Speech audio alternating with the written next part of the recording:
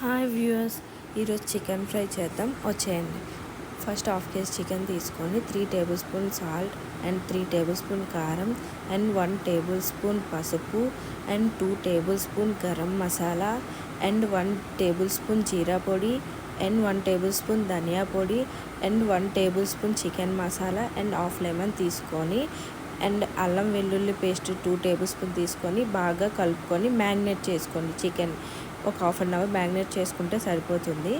ఈలోపు పొయ్యి మీద బాండీ పెట్టుకొని ఆయిల్ వేసుకొని దాంట్లో పెద్దగా కట్ చేసి పెద్ద ఉల్లిపాయలు 2 తీసుకొని కట్ చేసి వేసుకున్నాం. అది బ్రౌన్ కలర్ వచ్చినంత వరకు వేయించిన తర్వాత దాంట్లో కొంచెం కరివేపాకు వేసి కలుపుకొని మనం మ్యారినేట్ చేసి పెట్టుకున్న చికెన్ కూడా వేసి బాగా కలుపుకుందాం.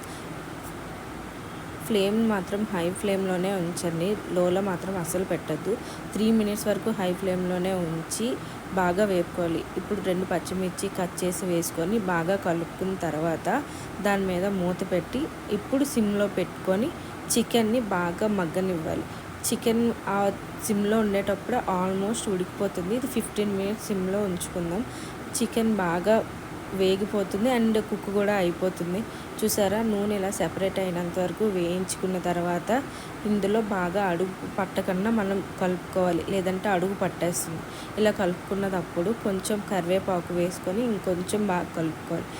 లాస్ట్లో కొంచెం ఆయిల్ తేలిన తర్వాత మనకి ముక్క ఆల్మోస్ట్ ఉడికిపోతుంది. ఒకసారి అలా చేస్తే మనకు టెస్ట్ చేస్తే తెలిసిపోతుంది. లాస్ట్లో నెయ్యి వేసుకొని కొంచెం కొత్తిమీర జల్లుకొని వేపుకుంటే సరిపోతుంది.